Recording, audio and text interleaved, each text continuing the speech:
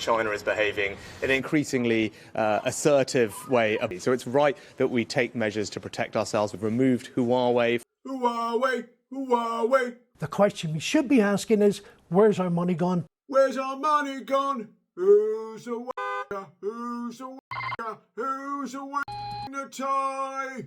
These are the interesting times where I expose Tory lies. These are the interesting times. Hello everyone, my name's Matt Johnson and welcome to The Interesting Times, a political comedy show from right here in the UK. The Mayor of London hopeless, Susan Hall is getting ready for a shot at the top job by putting together some effect light, facts light and tone dark videos. To be ignored is to be rendered invisible. Stop the unit! Get down out! The money grab! What's your message today to the government? Want the post on the one now. There is no worse feeling than being ignored when you're hurting. What?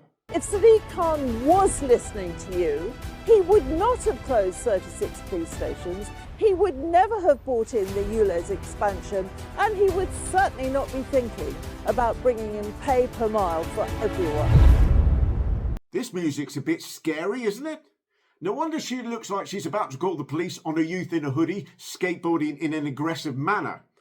To be ignored is to be rendered invisible.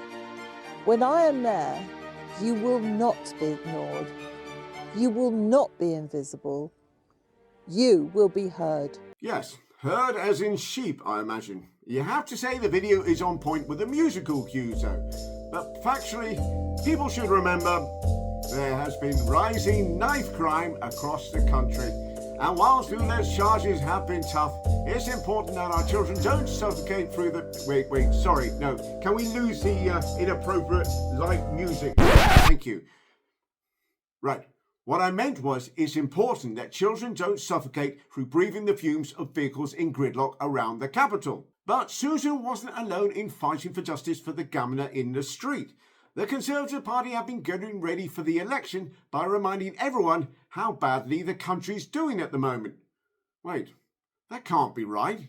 London, a city steeped in history. But tonight, its ancient streets bear witness to a different tale. A tale not of kings and queens, but of crime and desperation. It is a blueprint for how Labour intend to run the rest of the country, if you let them. In the depths of these narrow passageways tread squads of ULEZ enforcers dressed in black, faces covered with masks, terrorizing communities at the beck and call of their Labour mayor master. A 54% increase in knife crime since the Labour mayor seized power has the metropolis teetering on the brink of chaos. And in the chaos, people seek a desperate reprieve, egged on by the Labour mayor who wants to decriminalise the use of illegal drugs. London's drug death rate is at a record high. But this isn't just London, where Labour are in charge. Crime goes up, and justice goes down. God, what a hellhole that place must be. Remind me never to go to, see if I can pronounce that correctly, London. Hang on, that's here. Ah! Just my reflection. Yes, vote Labour and they will resurrect Jack the Ripper and take away our colour. Now there's a part of that video where it's clear they're using a really bad stock video. I mean, that's not knife crime. Possibly paper cuts. But you might be wondering why they did that. Although you're probably wondering why they did any of that. But that particular clip was replacing this cut, showing a bunch of people panicking and running away from, I'm guessing, Sadiq Khan and his gesture eggs.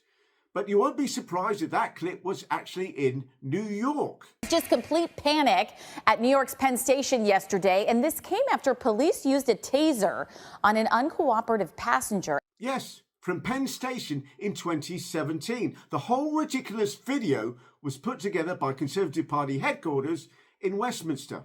And it comes to something when a party political ad put together by a campaign team in central London for the London mayor elections can't recognise London. And that long shot of the earth? Are they saying that aliens are going to take over if we vote Labour? And slowly and surely, they Ramadans against us. Do, do, do. Thankfully, the Tories learnt their lesson when it came to producing adverts like that, and decided to tone it down a bit when it came to the UK's second city, Birmingham. I mean, a bit. Birmingham, 2024. Amidst the bustle of this Midlands gem, a tale of mismanagement and fiscal irresponsibility unfolds in life under Labour. Hiking up council tax by an eye-watering 21%. In the corridors of power, a battle rages on as Labour councillors find ways to plug the hole in their finances, hiking up burial fees, reducing bin collections, selling off community centres. Why are all their campaign videos looking like the beginning of the Twilight Zone if it was put together by accountants or some really dull Dick Tracy flick? Now, you might think that this sort of campaigning using old and sometimes irrelevant footage with an American voiceover that sounds like it was recorded with a Ouija board will make people run for the hills and not vote. I mean, that's the plan, right? The thing is, all their efforts probably not going to make any difference for the Tories, not in the elections.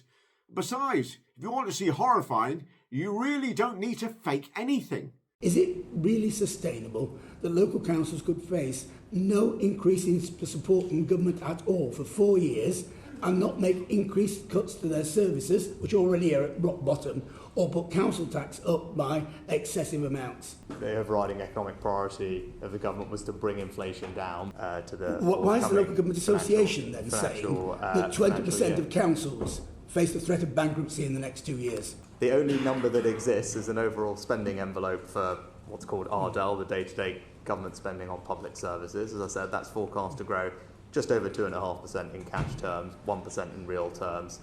Ooh, a 1% increase. Break out the bunting and strap a St. George's flag, not that one, to every government building. Rishi's making it rain. All of this is starting to come to the fore, though, as the battleground is being prepared for the local elections. Labour took the opportunity to make their case for your vote, headed by the leader of the opposition, Keir Starmer, and his deputy, so Labour she's a redhead, the irrepressible, no matter how hard Keir Starmer's tried, Angela Rayner. And everyone is wanting to talk to Angela, just not about the local elections. The row over Angela Rayner's tax affairs has intensified after police and council officials confirmed they are reviewing claims that she broke the law. While the Deputy Labour leader is adamant that the sale of her old council house was done by the book, she's refusing to share the tax advice that she insists proves she did nothing wrong. Returns for that period, if we're all going to start giving that information... We're talking about the advice that you've had that you did nothing wrong. You're saying, but as I said, you've been told you did nothing wrong, and I'm saying, why can't we see that conclusion? But I've been very clear. I will, if the HMRC want that information, I will comply and give HMRC that information. Questions over the sale of Angela Rayner's council house aren't going away. Stockport Council will now review suggestions that Labour's deputy leader committed tax or electoral fraud. This is a smear campaign that's designed to distract from the 14 years of Conservative chaos. Two things. One, yes, it's a smear campaign. Conservative MP James Daly contacted Greater Manchester Police with reference to a property Angela sold in 2015, nearly a decade ago, before she was even an MP, about whether she should have paid tax on the property she was living in at the time. And he only found this out after reading about it in Lord Ashcroft's book. And before you say it, yes, this Lord Ashcroft. Lord Ashcroft, hi. I'm Richard Bilton. I work for Panorama, sir. Did you have tens of millions in an offshore trust that you secretly control, sir? Did that mean that you could avoid millions in tax through that trust? Lord Ashcroft, why don't you just talk to me? It'd be great to hear your view. You've guessed it. He's a tax-dodging Tory. And James Daly only contacted Greater Manchester Police to make a complaint, as he originally contacted them to look into this, and they came back and said no laws were being broken. And he's also contacted Stockport Council, where the property was located, to see if they've got electoral roll information submitted by Angela at the time. And you have to say that's more shit-stirring than you'll see in this year's Oxford and Cambridge boat race. But do you know what else it is? It's a fuck-up. Class A numero uno, top drawer, do not pass go, do not collect £48,500, fuck-up. Put simply, Angela should have just held her hands up when she had the chance. Simple mistake. Which is exactly what it was. Paid the money and people wouldn't even be talking about it now. Instead, the Tories are going to use this as a hammer of hypocrisy to bash Labour over the head with for the next few months. which is why we're getting ridiculous interviews like this. I am confident that I've done absolutely nothing wrong. I have been very clear on my advice that I've received. Publish it then. Why not publish it? Because I don't need to publish all of my details. I'm not going to put out all of my personal details for the last 15 years. Yes, you keep saying that, but I've not asked about you for my that. family. I've said that you've had advice, you say, from a tax lawyer that you didn't break the law. And what I'm asking is why you don't publish his advice, not every detail of your living arrangement. Because that's my personal tax advice, but I'm happy to comply with the necessary authorities that want to see that. Yes, we should absolutely take politicians at their word and leave it at that.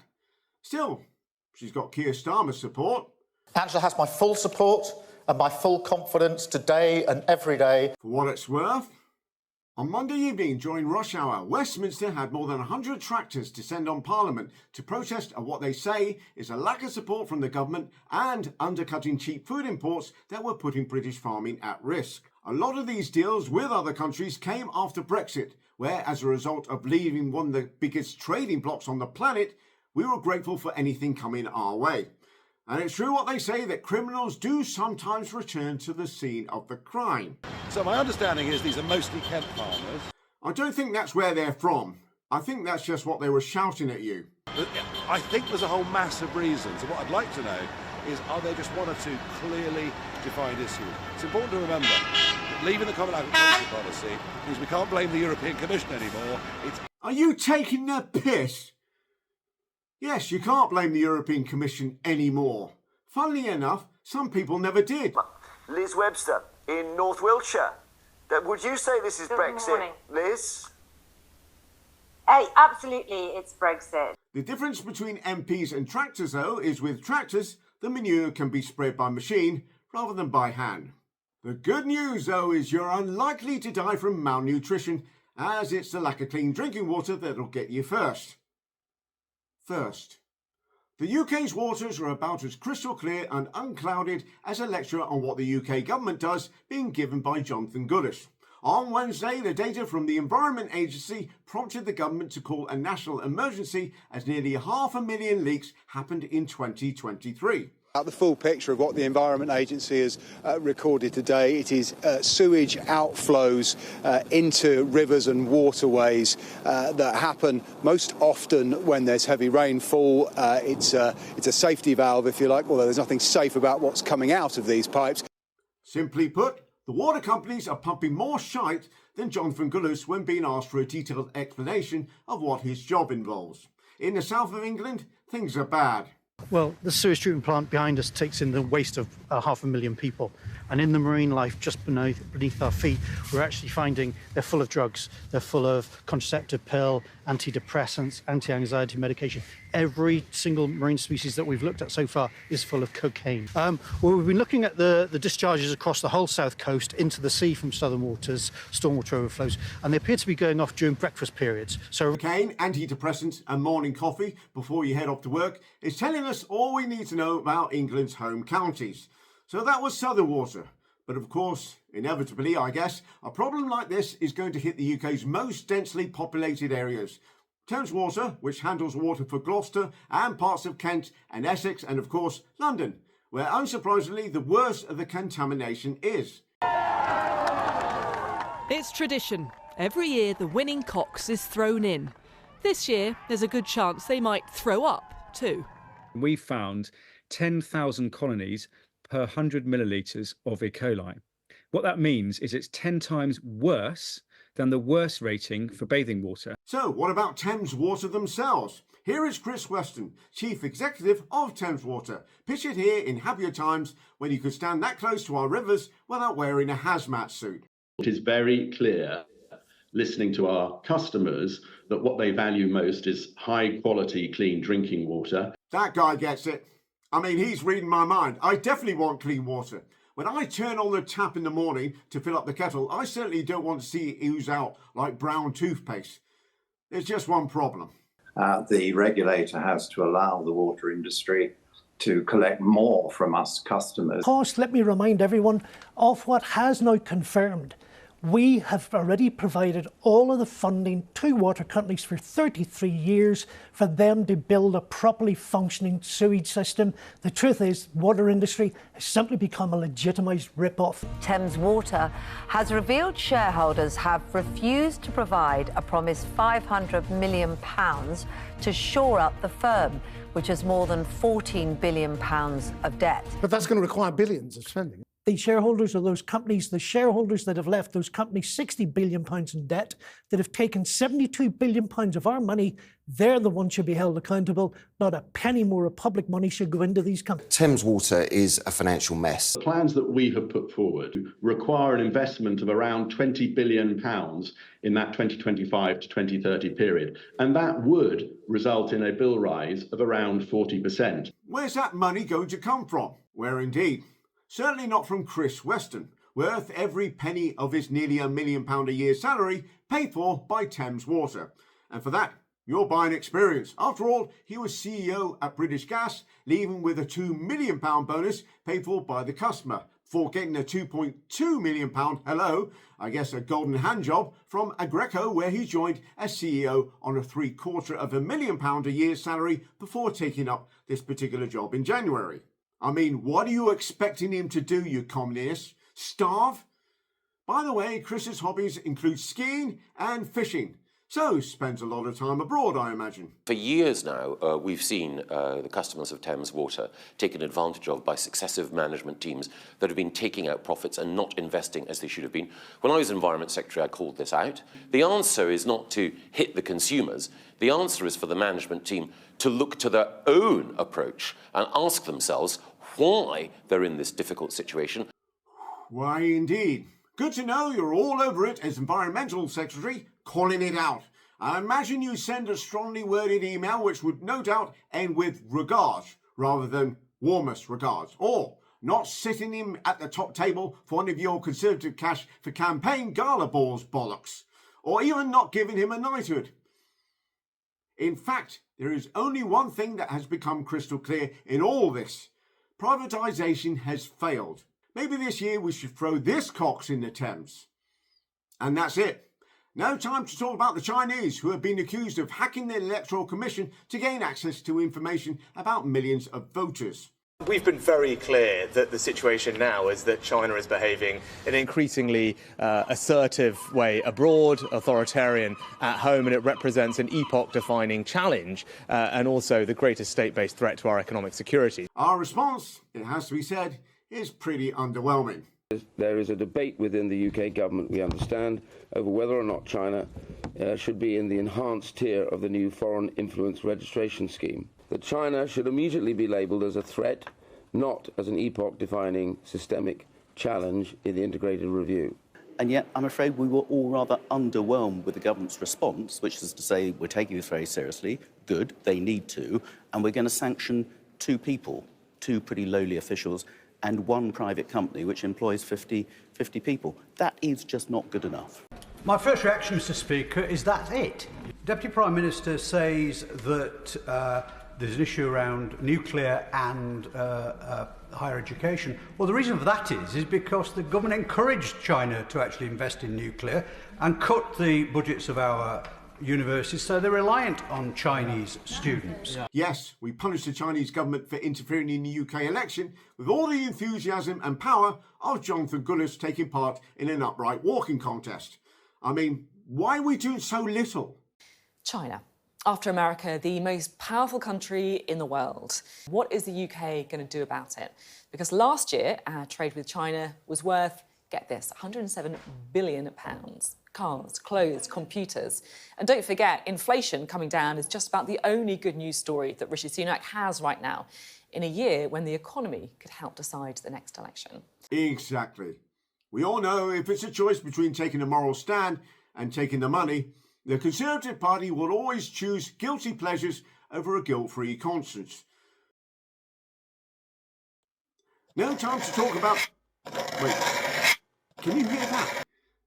Sounds like something's been scraped. Now, Tory MP Jonathan Gullis has been appointed as he's what Tim Stanley would call a real Conservative. Proper Tory. Has been appointed as a deputy chairman of the Conservative Party this evening. Yes, Jonathan Gullis now deputy chairman. So many questions like... If Jonathan Gullis is the answer, what is the question? A good question. Another one is, what does rock bottom look like for a man that's taken on the role Lee Anderson resigned from? But Jonathan has actually turned up just in time, as the Rwanda bill is going to be put into place. Very clear plan to get people deported to Rwanda, because if you enter this country illegally, you will not be able to claim asylum. But those pesky peers in the House of Lords, predominantly Labour, and Labour MPs and Sir Keir Starmer in the House of Commons are continuing to block any attempts that we make in order to get this Rwanda policy off the ground. And no one, I repeat, no. With all the other measures to make sure that we have that effective plans. You abstained in the Rwanda vote, didn't you?